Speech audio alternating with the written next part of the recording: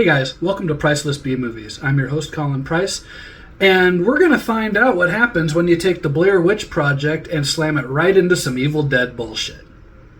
Deadstream. Deadstream is a 2022 horror comedy written and directed by a couple, Joseph and Vanessa Winter, and starring Joseph Winter as the main character, Sean.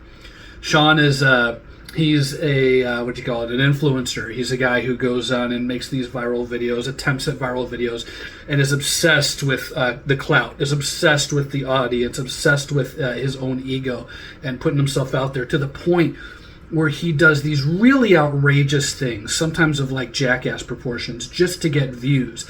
This ultimately lands him in some hot water, and he ends up having to do like an apology video that doesn't really help him out. And he's kind of on his last legs. If he's gonna save his career at this, then he's gonna have to do something that hooks the audience in and gets everyone back to his side.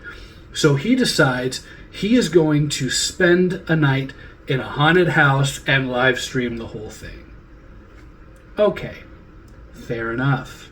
Once Sean is in the house, things start off pretty typically as far as these kinds of movies go, where it's like someone's going to go explore a supposedly haunted area. There's some weird stuff, some writing on the wall, little odd objects, strange objects strewn about, it's like things that we know as an audience are ultimately going to lead to some big discovery or some big reveals later on. And it's starting to drag a little bit. And then he runs into, without giving spoilers away, he runs into another person who's in this house who is a fan of his. And she says, I'm going to help you. I'm going to help you make this video legendary. See where this is going? I missed out on Deadstream when it first came out. I'm not going to lie. I am not that big on films that get a lot of hype, but that not a lot of people actually talk about outside of the hype.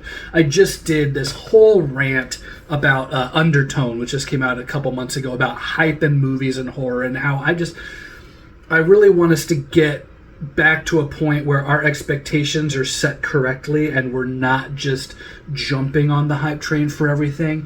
Deadstream is actually an example of a film that I think deserves the hype. There was a ton of thought and imagination that went into some of the creature designs in this, to some of the lore that follows the main ghost, the main spirit that is in fact haunting this house. There's a lot of interesting comparisons between this antagonist, between this being and Sean himself, to where they're both out for clout. They both want an audience. I really enjoyed, especially the second go around watching Deadstream, being able to spot these things and being able to draw comparisons here, because it can sometimes be hard to do that. A little while ago, I reviewed The New Faces of Death. The remake, reboot, requel, whatever you want to call it, The New Faces of Death. And one thing I missed in that film that I caught the second time around were the comparisons that could be drawn between the heroine and the serial killer, the antagonist, and how that made the plot so much more interesting. And here there's a similar thing going on. I don't want to get into who the villain of the story is, who the ghost is, because that's definitely spoiler territory. I will say that once you get all the reveals, and we're into the second half of this movie, it's very Evil Dead. It's very this combination of creepy, of freakish, mixed with this very dark humor, to where you have these evil entities, but they basically act almost like pranksters more than anything else. The violence, when it does happen, it can get bloody, but it's very slapstick. It's very more like gross out than it is actually disturbing in any way. There's a bit where character repeatedly is having things shoved up their nose that just gets so obnoxious after a while. For those of you who are watching this video who are Resident Evil fans and you've seen Resident Evil Village, if you've ever played that game, the whole thing where all the damage that happens to that character's hands over the course of it, this is something similar. At some point, every few minutes, you know this character's going to get something shoved right up their nose. It's this reoccurring sight gag, and there's a lot of that stuff in here. But it's also very, very funny. This film is very good, not just with the jump scares, because there are some very effective jolts in this film, but also in balancing the horror and the humor. We do get some tropes of haunted house, and of just found footage movies. Like, there's the scene where the character's like, can anyone help me? All my viewers out there, talk to me. Let me know. Have you seen anything like this? Do you know anything about this? How can I fight this thing? And then you get this person who's like, oh, all you have to do is da-da-da-da-da-da-da. And the main character's like, oh, I can't. I just already destroyed this thing, or do it. And then it just cuts the character on the screen, and they're like, oh, you're gonna die.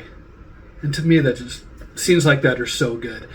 When you get also into the last 20 minutes or so, there is definitely things go into overdrive. There is this sustained sequence where Sean is battling this entity, and it's a very Three Stooges kind of thing. And when we get a good horror comedy, I think that's something to be respected, and that's something to be admired, because a lot of films try to balance horror and comedy.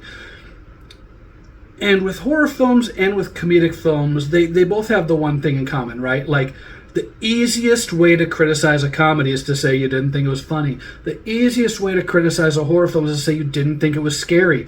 When you're trying to merge the two, it can be really, really tricky to be able to achieve both of those goals. Deadstream does this in spades. Well shot, well acted, especially by the two primary human characters you're going to see throughout the film, and really full of imagination. I really enjoyed this flick. This was a good one, guys, and a great example of a priceless B movie. I really hope that if you're watching this video and you have not seen Deadstream, that I have convinced you to give it a chance. It is streaming. You can find it online for reasonably cheap, if not free, on certain sites. If you like horror, if you like comedy, if you're an Evil Dead fan, if any of this is up your alley, please give this one a chance. You will not be sorry. Deadstream gets 3.5 stars. I really like this one. I've seen it a couple times now, and it's going to continue throughout the years to be one that if I have people over and they're like, show me a horror movie that you love that you don't think I've likely seen, I'll put this one on in a heartbeat. Thanks for watching, and stay tuned for more Priceless B movies.